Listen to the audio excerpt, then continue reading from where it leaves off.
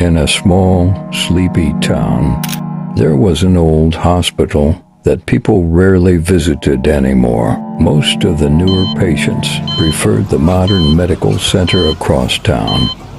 But the original hospital still operated, primarily caring for the forgotten and the dying.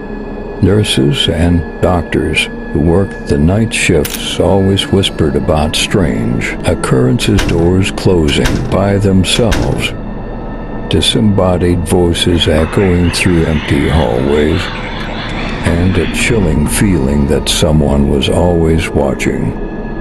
Emily had just started her job as a night shift nurse at this very hospital. She'd heard the rumors but dismissed them as just that, stories told by tired staff to pass the long, lonely hours of the graveyard shift. She wasn't one to believe in ghosts. It was her second night on duty when things started to feel different.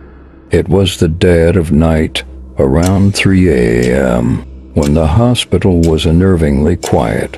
Emily was doing her rounds, checking on patients. As she passed room 204, her phone buzzed. It was a text from the front desk. "Stay away from room 204. Confused, she glanced down at the room. The door was slightly ajar, and a light was flickering inside.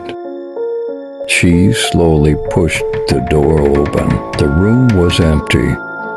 The patient who had been admitted earlier that evening was no longer there.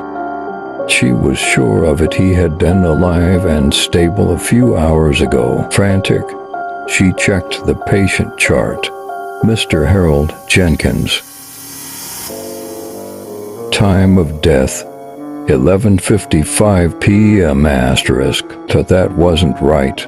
She had seen him breathing. Panic surged through her veins as she stumbled backward into the hallway, only to find that it had changed. The fluorescent lights overhead were dim, casting long, eerie shadows on the floor.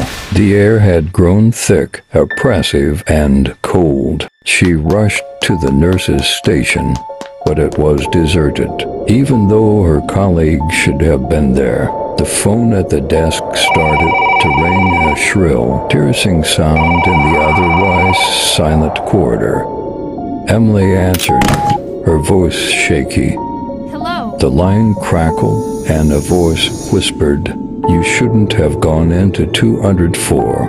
Before she could respond, the line went dead. Her heart raced as she turned around and saw a figure standing at the far end of the hallway.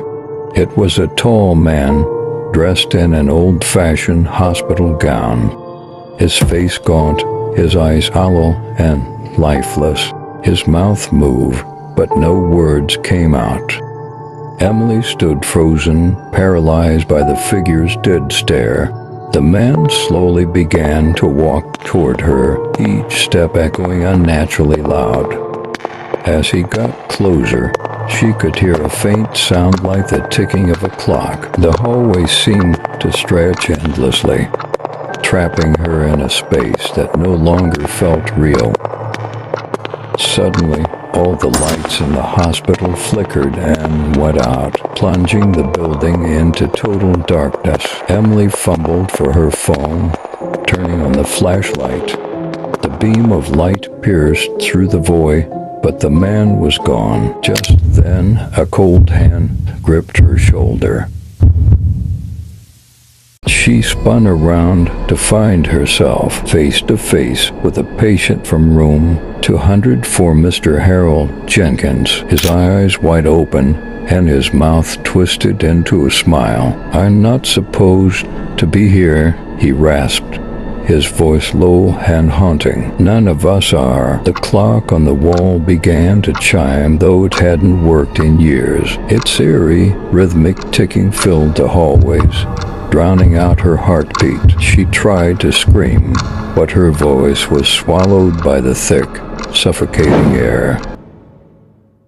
No one saw Emily after that night. Some say she left without notice, unable to handle the stress. Others believe she never left the hospital at all now. Just another shadow that roams the hallways during the dead of night. And those who dare work the night shift at that hospital claim that if you listen closely, just past midnight, you can still hear Emily's footsteps echoing in the empty halls.